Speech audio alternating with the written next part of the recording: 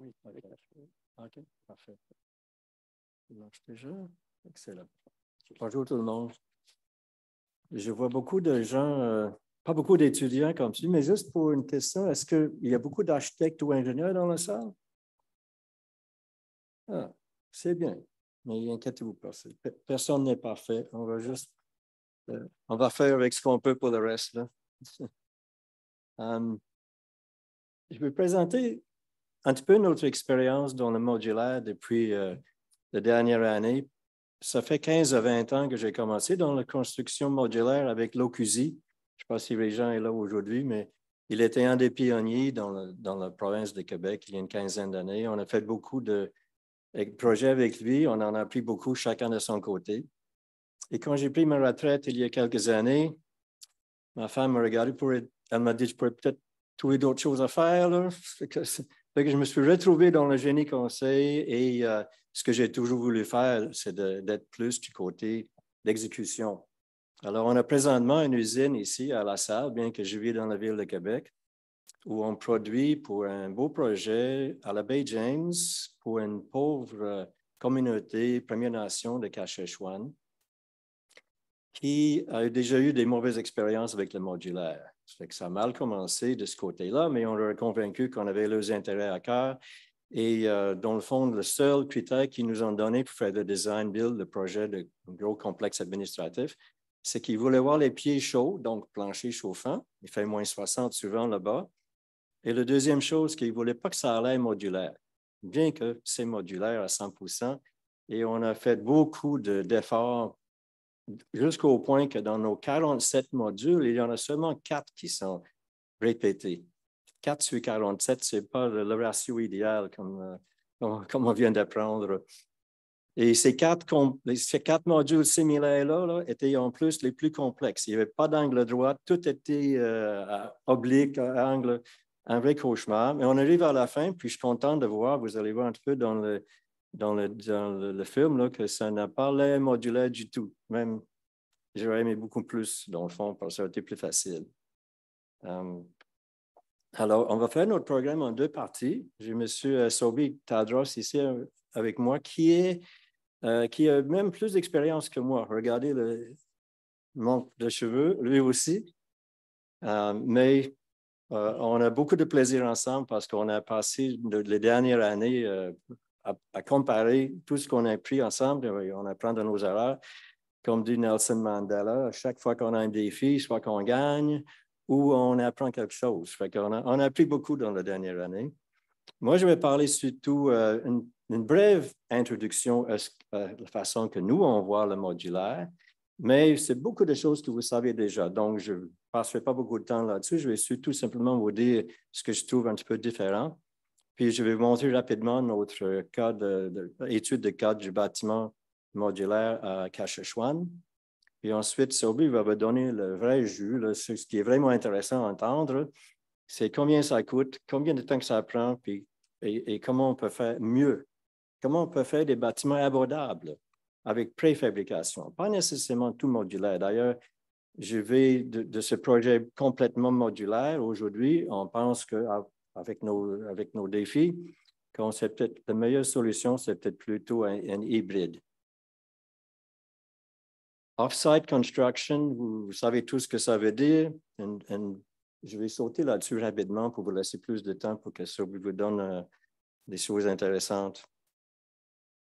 Mais pour nous, ce qu'on a appris dans cette dernière année, c'est que tu ne peux pas faire un beau projet de préfabrication modulaire si tu n'as pas tout contrôlé, tous les petits détails, la numérisation, la digitalisation.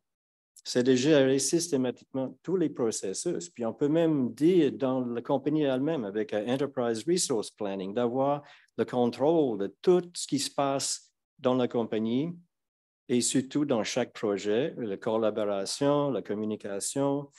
Très important, surtout si on veut à la fin que ça ressemble à ce qu'on pensait que ça devrait faire, il faut que tout le monde se parle tout le temps. Il y manque un petit peu dans ce dépôt-là. Mais juste pour vous dire une chose qu'on a appris On sait que dans le domaine de la construction, on se le dit maintenant depuis des années, c'est probablement le domaine qui a le moins automatisé. La productivité reste pareille. Même, on peut dire, si tu regardes la ligne bleue dans là-bas, qui est l'industrie de la construction, ça régresse, ça n'augmente pas la productivité. Puis ça, c'est un graphique en dollars de 2005 et ça mesure la productivité en milliers de dollars par ouvrier. Mais je pense que si, une chose de plus, si on disait combien que cet ouvrier-là nous coûte en plus, le courbe serait probablement encore plus vers le bas en réalité. C'est un énorme problème. Mais on arrive finalement avec...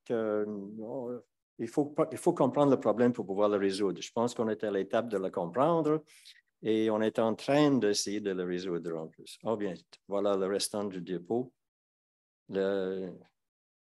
Et comment y arriver avec le IBS, Industrialized Building System? Pour le simplifier, il y a 3 axes principaux. Le digital fabrication. Très important, c'est le nerf de la guerre. Il y a certaines personnes dans la salle qui sont dans cette game depuis des années, peut-être même une vingtaine d'années, qui me disent que pour eux, le digital, le côté BIM, planning et control est à la base de tout ça. Et si on parle du digital fabrication, ça veut dire les machines CNC, ça veut dire que quand on fait notre modèle BIM avec les ingénieurs, les architectes, dans l'équipe qui travaille ensemble, les informations doivent idéalement aller directement à la machine qui va faire les coupes ou qui va contrôler les robots. On n'est pas rendu là encore, nous non plus, mais on y vient, on espère que bientôt qu'on va être rendu là. Et évidemment, le Off-Site Construction, OSC, qui est à la base de tout ce qu'on voit pour l'avenir. Et vous allez voir avec ce que Sophie va vous dire, là, une grande partie de nos projets futurs sont à peu près 80% même préfabriqués en usine. Mais la productivité, ce chiffre en bas ici, là, 5 à 10 fois la productivité booste, une augmentation de productivité pour certaines parties. On ne peut pas, évidemment, pas tout le projet, mais certaines parties de chaque projet peuvent avoir une grosse augmentation de productivité. Je n'irai pas longtemps sur ce diapo-là. Ça a l'air complexe. Ça parle de coût. Il y a 3 volets qu'on va discuter rapidement, mais celui-là, c'est le coût. Puis ce qu'on voit ici, le design, le pre-construction, le temps que ça coûte, le temps que ça prend et le coût du design augmente un peu parce qu'il faut aller beaucoup plus dans le détail si on veut tout préfabriquer off-site et que ça fit quand tu arrives au chantier. Mais avec une certaine standardisation et répétition, on va pouvoir éventuellement réduire cette période de design.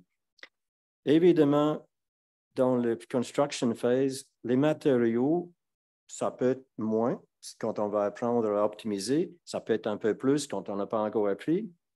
Le on-site labor est réduit évidemment parce qu'on fait beaucoup de choses off-site. Logistique, c'est beaucoup plus compliqué avec modulaire, surtout parce que le transport, quand on transporte des gros modules, c'est un problème, surtout si tu veux aller à Saskatchewan, où il n'y a pas de chemin. Tu prends soit le train, puis ensuite un bout de par barge, ou bien tu fais tout par camion et barge, ou un grand bateau qui fait le tour du Québec. C'est vraiment difficile. La chose qui me fait sourire le plus dans tout ça, c'est le redesign. Depuis 40 ans que je pratique comme ingénieur conseil au Québec, et tout projet commence bien. On nous demande combien tu vas charger pour faire l'ingénierie. C'est toujours trop bas pour moi, puis pas trop haut pour eux. Puis après ça, on dit, OK, c'est beau, on va y arriver. On va te charger pas cher. Puis inquiète-toi pas, ça ne changera pas, le design est déjà fait. Inquiète-toi pas, ça ne changera pas, là. Oublie ça, c'est jamais arrivé dans 40 ans de carrière. Mais la beauté de préfabrication, c'est que le redesign, maintenant, on a une phrase qu'on répond quand l'architecte ou quelqu'un d'autre veut changer quelque chose.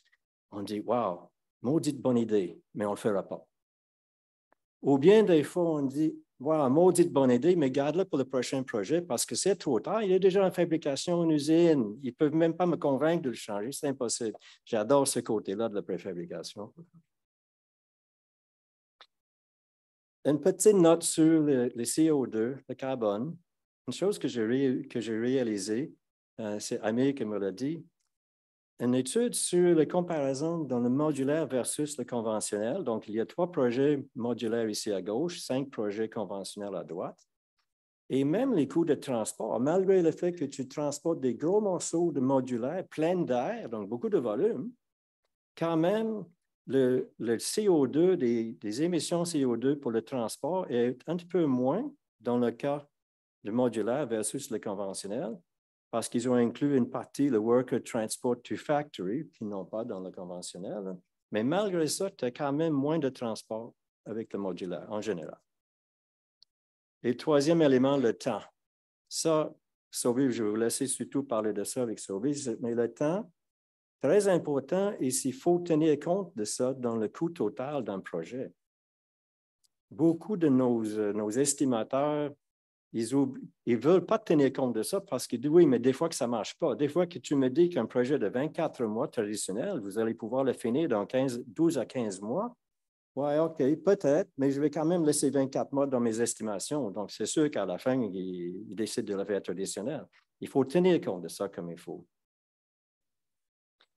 Ça, c'est notre usine dans la ville de Salle, ici à Montréal, où on fait le Cachet Chouan Administration Complex.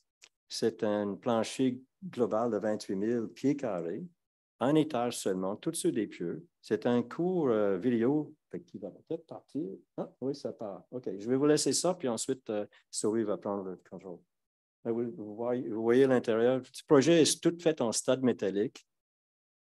Ce n'est pas obligatoire. Il y a un peu de bois pour éviter les ponts thermiques.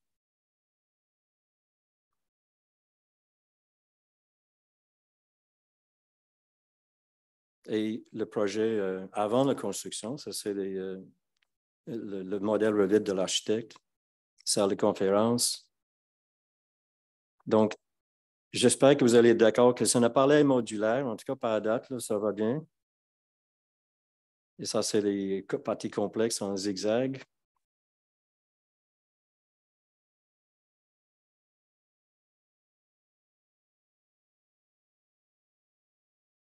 L'extérieur, tout fait en bois du Québec, le cèdre de l'Est, teint. Et on rentre maintenant dans le gymnase. Remarquez le plafond, je ne sais pas si on voit bien le plafond. Ouais, c'est tout modulaire, mais ça n'a pas l'air. Mais le prochain projet, il va être un mélange. Il ne sera pas modulaire comme ça, il va être modulaire et panneau mixte. Je vous laisse Sophie, veux-tu contrôle? Okay.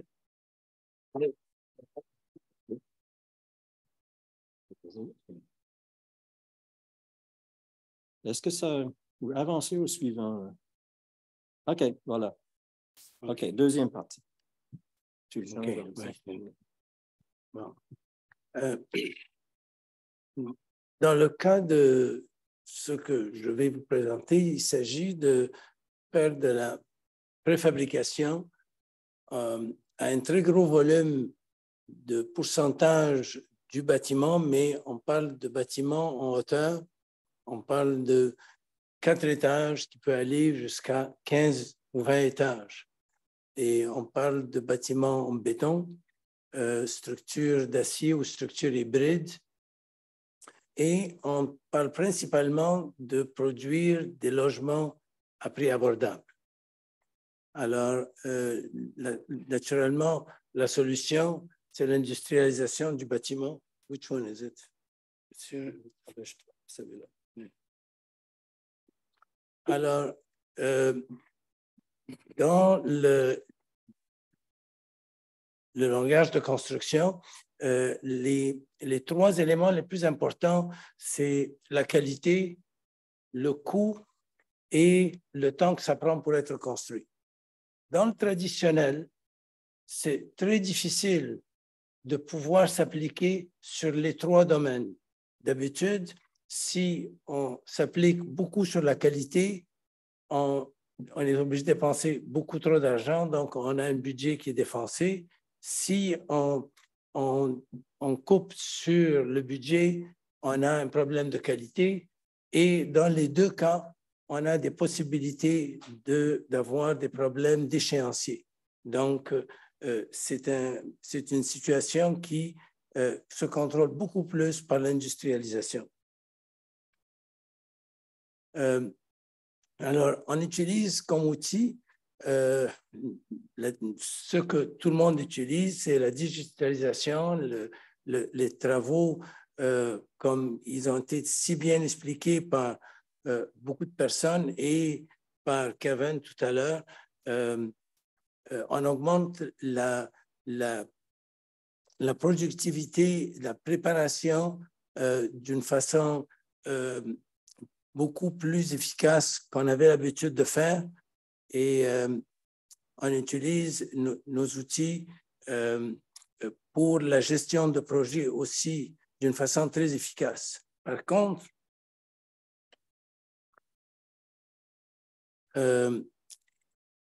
la réalisation, dans la réalisation, naturellement, on a aussi la digitalisation, la partie numérisation. On a la préfabrication et la sous-traitance en design build qui devient un outil très important. Et puis, naturellement, la construction hors site, et ensuite, nous avons la préfabrication d'éléments. Alors, dans la façon dont nous voyons les choses, on propose de construire en préfabrication, mais en petites sections qui vont être assemblées sur le site. Alors, on parle de dalles évidées, on parle de structures préfabriquées et on parle de panneaux préfabriqués pour l'enveloppe du bâtiment. Ici, justement, vous avez la liste. Alors, on a la structure, les dalles de béton. L'enveloppe du bâtiment vient complète. La fenêtre est déjà posée dans l'assemblage. Il n'y a plus de fenêtre à poser sur le site. Le mur est déjà isolé. Il peut aller jusqu'à une isolation de très grande efficacité. Et à l'intérieur du bâtiment, on monte tous les temporaires en même temps qu'on monte le permanent. Ça veut dire qu'on n'a pas besoin d'escalier de secours temporaire. On monte l'escalier permanent à mesure qu'on monte les étages. Et dans les intérieurs, on fait des constructions volumétriques de la plupart des éléments. Alors, il y a des éléments de service qui incluent tous les services nécessaires pour l'appartement, inclus l'électromécanique. Donc, ce n'est pas juste des pods où on a juste une toilette. Là, on va justement le voir tout à l'heure. Alors, l'assemblage se fait de la façon dont c'est dessiné ici. On a les dalles qui sont suivies par la structure de l'étage supérieur, l'enveloppe du bâtiment qui sert aussi de garde-corps parce que c'est l'enveloppe permanente du bâtiment, et ensuite on rentre tous les modules volumétriques à l'intérieur qui, eux, comprennent tous les éléments d'électromécanique de l'appartement. Le résultat de cette activité-là nous donne généralement une diminution de coût minimum de 18% et une diminution de l'échéancier qui peut aller de 40 à 50%. Ensuite, la production de déchets générale, que ce soit dans l'usine ou sur le site, est diminuée de 52%. Parce que dans la fabrication de tout ce qui rentre dans les modules qui sont faits en usine, tout est fait sur mesure, il n'y a pas de déchets. Alors, tout est découpé et fabriqué de la grandeur de l'usage final.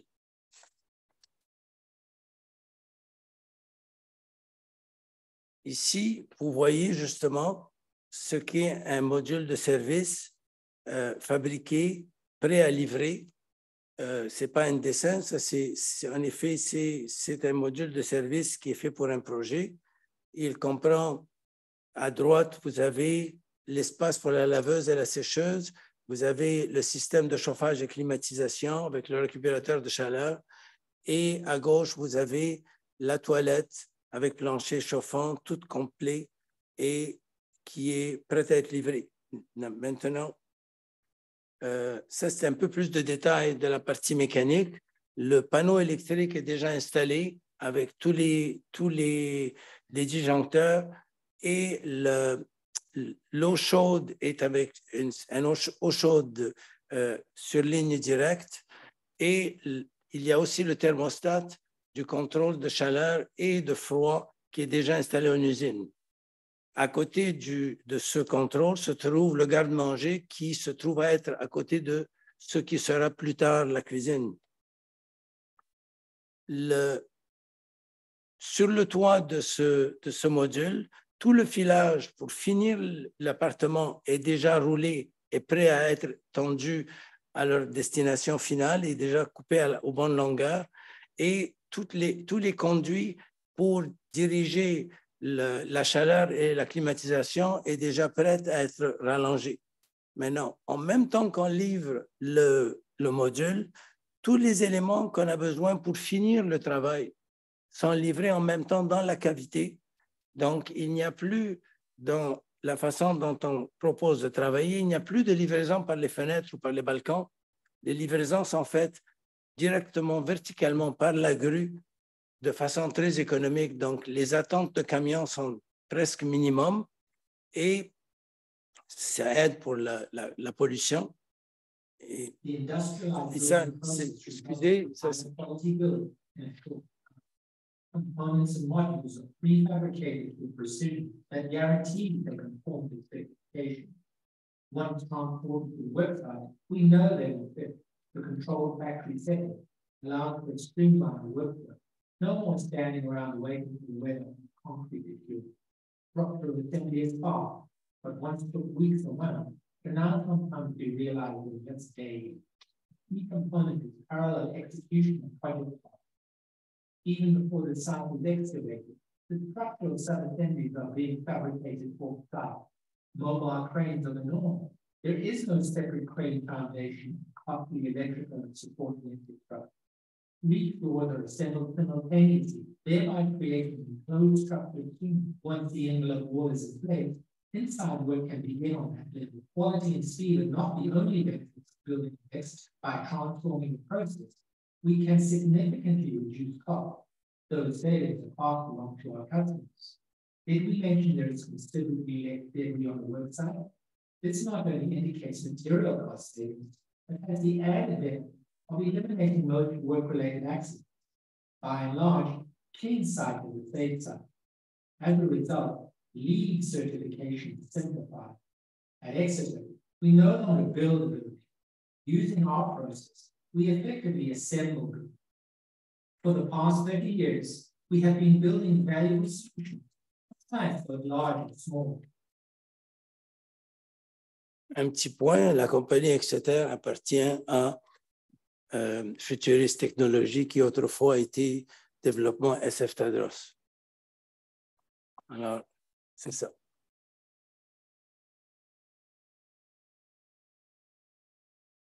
Et ça, c'est un projet que nous avons construit il y a une dizaine d'années. Merci. S'il y a des questions pour Kevin, Sobi ou Stéphane.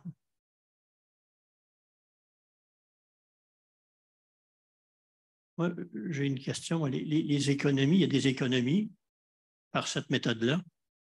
Qui profite des économies, le client ou Futurist?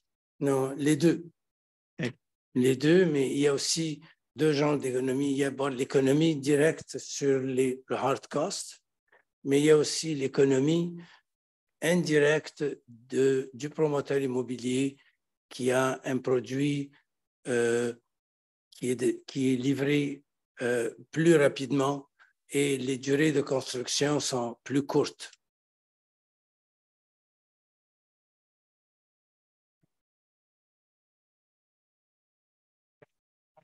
Je pense que je porte assez.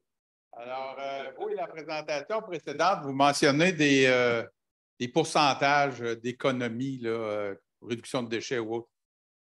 je ne vous dis pas ça parce que je ne suis pas crédible, je le crois, mais moi, si je veux les citer, c'est quoi les sources de ça? Où vous trouvez ça? Comment vous faites pour trouver ces pourcentages-là d'économie? C'est des chiffres que nous avons figurés par notre propre expérience. Ce n'est pas des chiffres que nous avons été chercher, qui étaient les chiffres d'autres personnes, c'est ce que nous avons vécu.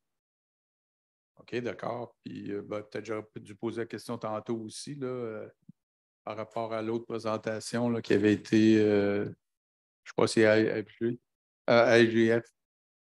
Il y avait aussi des chiffres là, qui avaient été lancés. Là. Moi, en tout cas, vous m'enverrez vos sources, ça va me faire plaisir.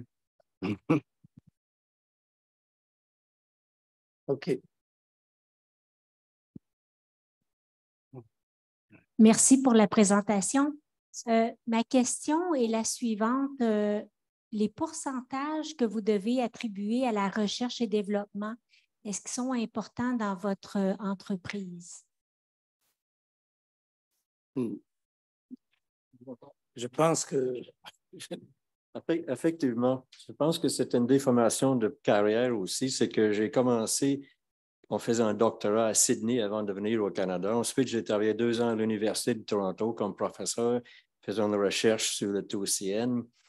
Et quand on a passé par ces milieux-là, on comprend que, OK, les chercheurs à l'université ne sont pas très pratiques, mais nous, on n'a pas fait autant de recherche qu'eux. Puis, dans le fond, l'équipe est bien qu'on mette tout le monde autour d'une table.